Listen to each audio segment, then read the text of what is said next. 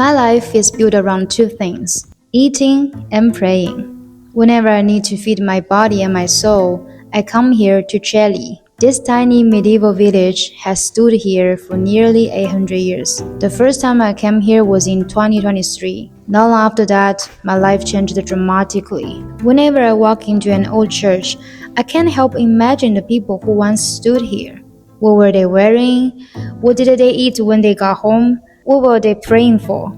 If I could travel back to 1236, I'd make them some Chinese noodles. I think they love them. Let me get something to eat first. Allora, cominciamo dal tagliere. Abbiamo una focaccia fatta in casa col burro, prosciutto cotto, spinaci, mozzarella e parmigiano, della spianata romana, prosciutto affumicato, bruschettine con olio locale extravergine del tratto di Bologna che sta proprio qua sotto. Questo lo prendiamo dalla tradizione della nostra panineria, è uno stracotto di maiale stile BBQ, quindi una sorta di pulled pork, qua con 48 ore di cottura in sottovuoto. Homemade pulled pork. This tastes like a Chinese roujiamo. Tramezzino con l'insalata di pollo, è proprio tipica romana, che fanno anche la pizza bianca. Pasta e fagioli, ma fatta insalata, quindi fritta. Quindi non è una minestra, ma diventa un'insalata di pasta. Insalata agrodolce di cavolo rosso, mela e carota, buonissimo da mangiare sia da solo che insieme alla bruschetta. Fresh, sweet, sour, perfect for summer. Pomodorini secchi fatti in casa, basilico, aglio, pizzico d'aceto, della verza. Ieri ci hanno fatto questo bellissimo regalo delle verze ricce coltivate proprio qua sotto, e allora le ho fatte con i wuster, come si fa a casa, una cosa proprio da casa.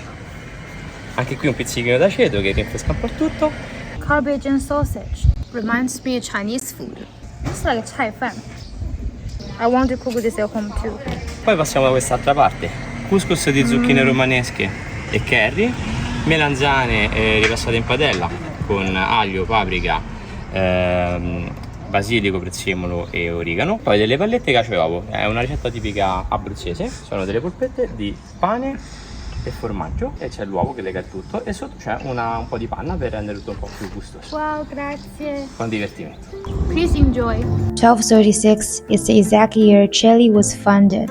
The people of the older Ceri moved up onto this cliff to define themselves and built this village from scratch.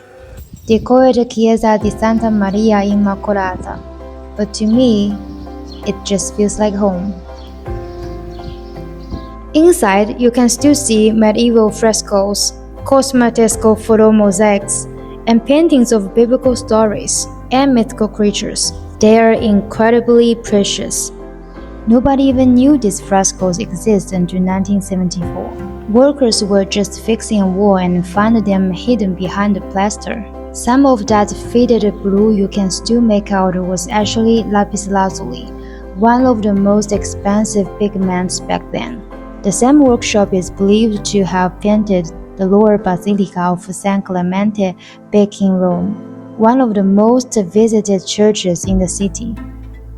Look up, and even the ceiling has a story. Gold leaf, plaster carving, a dove of the Holy Spirit right at the center. Someone spent a small fortune making sure a church in a village this tiny still feel like heaven. Every place has a story. The people who live there are the ones who truly tell it. Right in the center of Ceri, there's a little grocery shop selling products made by local farmers. I'm honestly obsessed with these little village shops in Italy. They're exactly the kind of places I'm always hoping to find. The aunt actually grew up here in Ceri, and before I knew it, we were chatting for ages. Not just about food, but about growing up here. He even took us to see his vineyard and olive grove just outside of the village. Allora, innanzitutto iniziamo da quelle foto che vedete in alto. Quella è Ceri visto dalla mia azienda. You will see it all in my next video. I think it will make you see Ceri in a completely different way. This is Chunsanini. Thanks for watching.